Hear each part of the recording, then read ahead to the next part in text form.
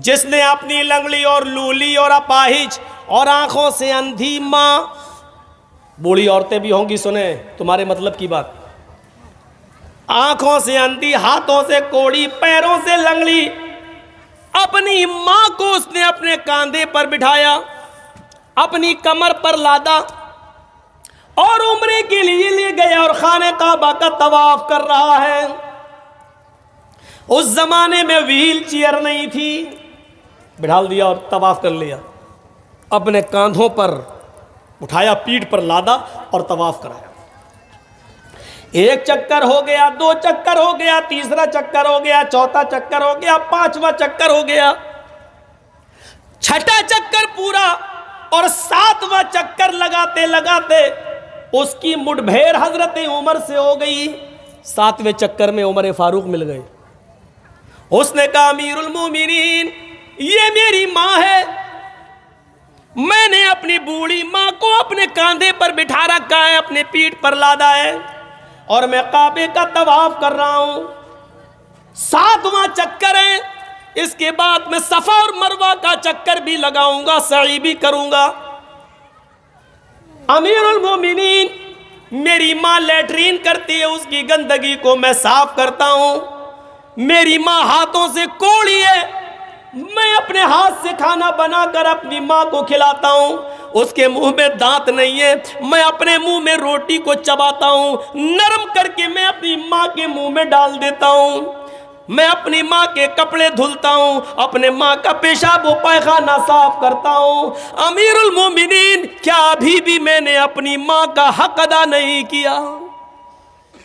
क्या अब भी मुझसे बात पुरुष होगी? क्या अभी भी मैंने अपनी माँ का हक अदा नहीं किया?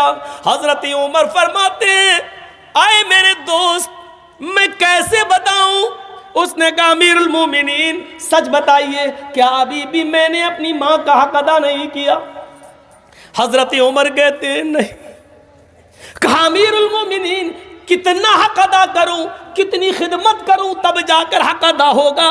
तो हजरत उमर कहते हैं मुझे ये नहीं मालूम कि कितनी खिदमत करो तब हक अदा होगा, लेकिन तेरे सवाल का जवाब इतना मैं जरूर दे देता हूं कि तूने तवाफ कराया, तूने अपनी पीठ पर लादा, तूने सफा और मरवा के चक्कर लगाए, खाना तू खिलाता है, पकाता तू है, कपड़े तू साफ करता है, पेशाब व पैखाना तू साफ करता है। इन सब के करने के बावजूद तू पूछता है कि मैंने अपनी माँ का हक अदा किया या नहीं? तो सुन, अभी तो तूने अपनी माँ की उस आह का भी हक अदा नहीं किया। जब तू अपने माँ के पेट से पैदा हो रहा था, जब तुझे तेरी माँ जन रही थी, डिलीवरी के वक्त जब तेरी माँ तुझे जन रही थी, पैदा कर रही थी, दर्द की वजह से तुझे पैदा करते वक्त जो दर्द औरत को जो बच्चे की पैदाइश के वक्त दर्द होता है, उस दर्द के मौके पर तेरी माँ की मुंह से जो पहली आवाज निकली, आह, अभी तो तूने अपनी माँ की उस पहली आह का भी हक अदा नहीं किया। उसकी पूरी जिंदगी का हक अदा करना तो बहुत दूर की बात है। इस वाक़े से अंदाज़ा लगा सकती है आज की नौजवान नस्ल अपनी माँ की वो कितनी खिदमत कर रही है, और तुम अपनी माँ को उस वक्त छोड़ देते हो अपनी बीवी के कहने पर जब उस वक्त उसको तुम्हारी सबसे ज़्यादा सख्त ज़रूरत होती है। तसव्वुर करें आप।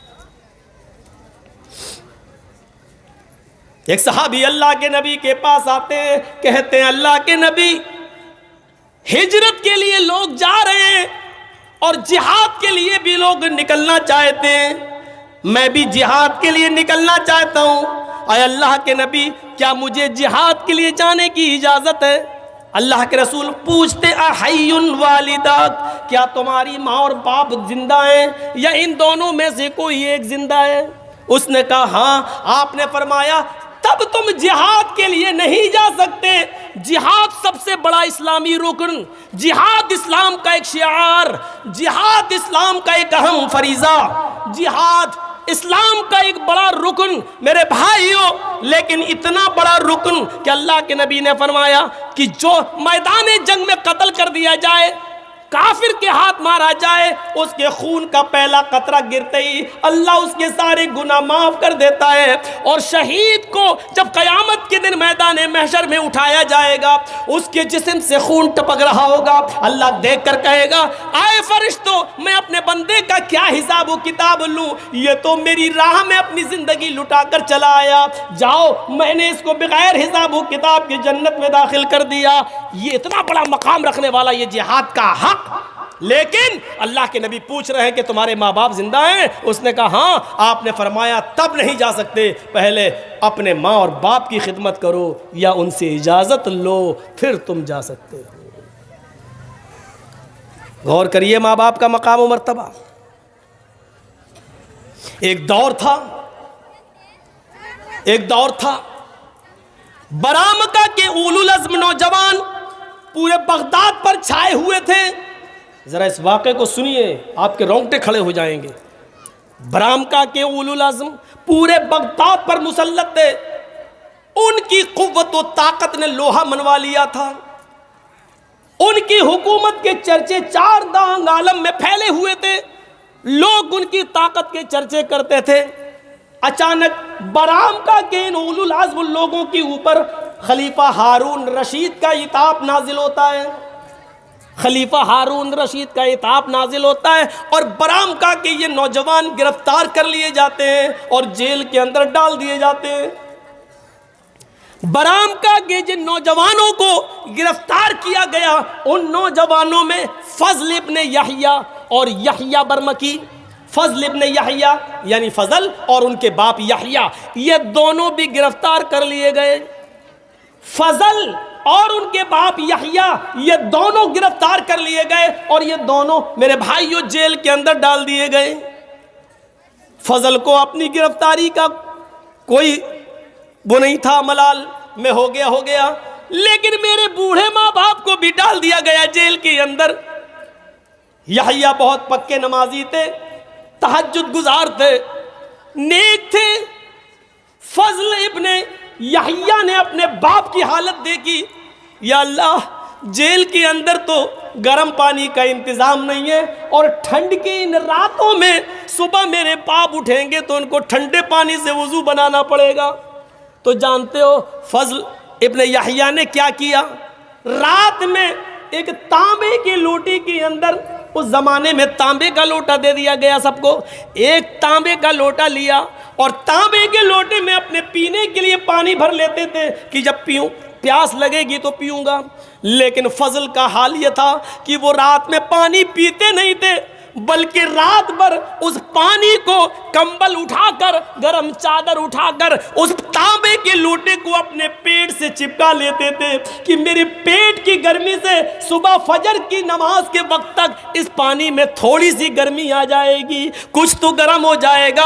और इस गर्म पानी को वो फजर की नमाज के वक्त अपने बाप को दे दिया करते थे। अय अब्बू जान, इससे वजू बनाइए। मेरे प्यारे साथियों, गौर करो, अल्लामा याफ़ई ने इस बात को अपनी किताब मिरातुल जिनान के अंदर नकल किया है। आप अंदाजा लगा सकते हैं, ऐसे ऐसे नौजवान गुजरे जो अपने बाप के ठंडे पानी से वुजू करने को भी ये समझते थे कि मेरे बाप को बुखार ना आ जाए, बीमार ना हो जाए, जुकाम ना हो जाए, तो वो रात भर उस तांबे के लोटे को अपने पेट से चिपकाए रहते थे ताकि कुछ तो गर्मी आ जाएगी और मेरे बाप को कुछ तो गर्म पानी मिलेगा। मेरे भाइयों, ये थी माँ बाप की खिदमत करने का एक तरीका। आज हम जरा अंदाजा लगाएं और सोचें कि हम अपने वालिदैन के साथ ये सलूक करते हैं। कुरान ने माँ बाप के बारे में ये हुक्म नाफिज कर दिया, वक़दा रब्बुका अल्ला ताबुदू इल्ला इय्याह व बिल वालिदैनि इहसाना। तुम्हारे रब ने ये फैसला कर दिया है, ये हुक्म दे दिया है, इबादत तो अल्लाह के अलावा किसी की नहीं होगी। व बिल वालिदैनि इहसाना, और अपने माँ बाप के साथ एहसान करो, अपने माँ बाप के साथ अच्छा सलूक करो। व बिल वालिदैनि इहसाना, एहसान के अंदर हर नेकी शामिल है। अपने माँ बाप के साथ एहसान करो। एहसान किसको कहते हैं? हर नेकी। बाप कमज़ोर हैं, कुर्सी पर बैठे रहते हैं, बेटा मुझे थोड़ा सा बाहर बिठा दे, मैं थोड़ा सा सड़क पर बैठना चाहता हूँ धूप में। एहसान में ये नेकी शामिल है कि बेटा आए, अपने बाप को सहारा दे, और बाहर कुर्सी लगा दे और अपने बाप को कुर्सी पर बिठाकर धूप में बिठा दे। बाप के हाथ पैर नहीं चल रहे तो बाप को नहला दे, उनके जिस्म पर साबुन लगा दे। बाप की तबीयत बहुत ज्यादा खराब है, उनके पास इतनी दौलत नहीं कि वो अपना इलाज करा सकें, लेकिन बेटे के पास दौलत है। बेटे एहसान में ये नेकी भी शामिल है कि बेटा अपने पास से अपने बाप का मुकम्मल इलाज करा दे। एहसान में हर नेकी शामिल है। वबिल वालिदैन एहसाना, इबादत तो अल्लाह की होगी और अपने माँ बाप के साथ एहसान करो। इम्मा यबलुगन्ना इंदकल किबरा अहदुहुमा औ किलाहुमा, उन दोनों में से कोई एक या वो दोनों तुम्हारी जिंदगी में बुढ़ापे को पहुंच जाएं। माँ बाप में से कोई एक या दोनों तुम्हारी जिंदगी में बुढ़ापे को पहुंच जाएं, फला तकुल्लहुमा उफ, तो तुम उनसे उफ भी मत करना। उफ, उफ समझते हो? उफ का सही तर्जमा अगर किया जाए उर्दू में तो इसका सही होगा ये, उनसे उफ भी मत करना। उफ का मतलब, जर्जीस के बाप बिस्तर पर लेटे हैं, जर्जीस साहब ने दवा ववा खिला दी, उनको पिला दिया और अपने बाप ही के पास बैठे कंप्यूटर पर चला रहे हैं। इतने में आवाज़ दी, बेटे जर्जीस एक गिलास पानी ले आओ, और मैं बहुत ज़रूरी काम कर रहा हूँ अपने बिजनेस का। अब उन्होंने कहा बेटा पानी चाहिए एक गिलास, और मेरी ज़बान से निकला उठे और पानी लाके दे दिया, पिला दिया। पानी तो पिला दिया, मना नहीं किया, दे दिया, पिला दिया, और आकर फिर अपने काम में लग गए। लेकिन उससे पहले जो तुम्हारे मुंह से निकला यानी मतलब ये था कि अभी पानी मांगना था इनको, कितना इमरजेंसी काम कर रहा था मैं, हैं, लाखों का हिसाब किताब, कहीं एक भी कलम इधर उधर हो गई, ऐसे कह दिया। ये भी हराम है, पानी आप पिला रहे हैं उनको, लेकिन आपके मुंह से जो निकल गया है, अल्लाह ताला ने इससे भी मना किया। फला तकुल्लहुमा उफ़्फ़िन वला तनहरहुमा, ये भी नहीं निकलना चाहिए तुम्हारे मुंह से।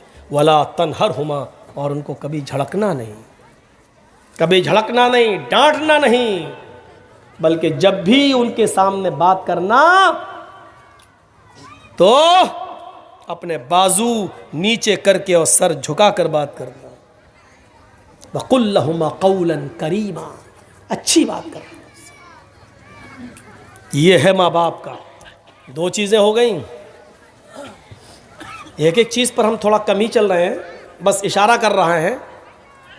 ला तुशरिक बिल्लाहि शैअन इन कुतिलता औ हुर्रिता वला तउक़्क़न वालिदैक व इन अमराका अन तख़रुज मिन अहलिका व मालिक।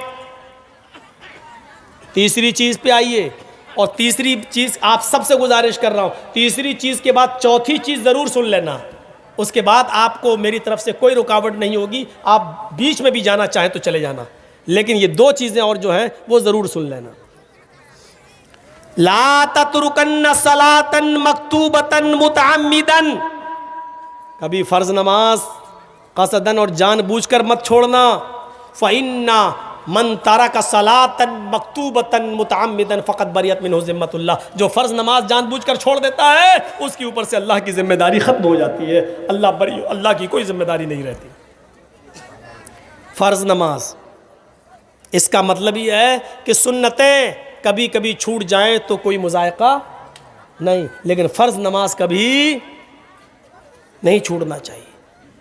मस्जिद में जमात, आपको अपने बाप को दिखाने के लिए हॉस्पिटल ले जाना है, ड्राइवर आ चुका है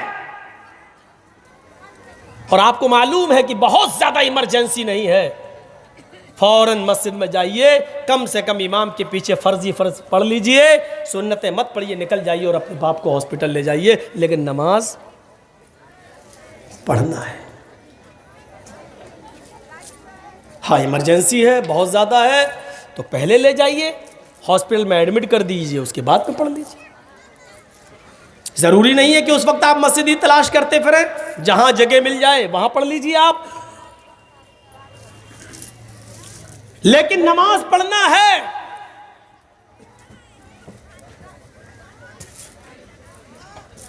आपको वो मंजर याद होगा, और ना याद हो तो सुनो।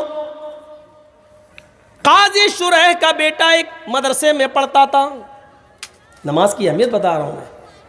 काजी शुरैह, हजरत अली ने काजी बनाया था, जबरदस्त फैसल जज। काजी शुरैह का बेटा मदरसे में पढ़ता था। उस्ताजों ने कहा, है तुम्हारे बाल बहुत बड़े हो गए हैं, आजकल तो पता नहीं कौन कौन से बाल चलने लगे हैं। अब वो एक और बाल चलने लगे हैं, सुअर कट। सुअर कट बाल जानते ना, इधर से कटे हैं, इधर से कटे हैं, इधर सब टकला है, चारों तरफ गोल, बीच में छत्ता मधुमक्खी का रखा हुआ है। इसको हमारे यहाँ कहा जाता सुअर कट बाल। कौन कौन से बाल चलने लगे, अल्लाह रहम करे। ओ जाने पता नहीं कौन से हिजड़े निकाला होगा ये बाल, उनके नक्शे कदम पे हम चल रहे हैं। कौन सी इधर बाल साफ, देख के कसम खुदा की घिन आती है, अल्लाह इसके पास हम बैठे कैसे हैं। इधर से टकला बना, इधर से टकला, चारों तरफ से गंजा दिख रहा, ऊपर छत्ता रखा हुआ है बहुत भारी, लगता है जैसे टुल्लू पंप चल रहा हो। अजीब हालत बना ली लोगों ने। काजी शुरैह के बेटे के बाल बड़े हो गए तो मदरसे के उस्ताजों ने कहा कि तुम्हारे बाल बहुत बड़े हो गए, फुर्सत मिले कभी तो बाल कटवा लेना हज्जाम से। ये भैया तुम बहुत उठ रहे हो यार, डिस्टर्ब करोगे।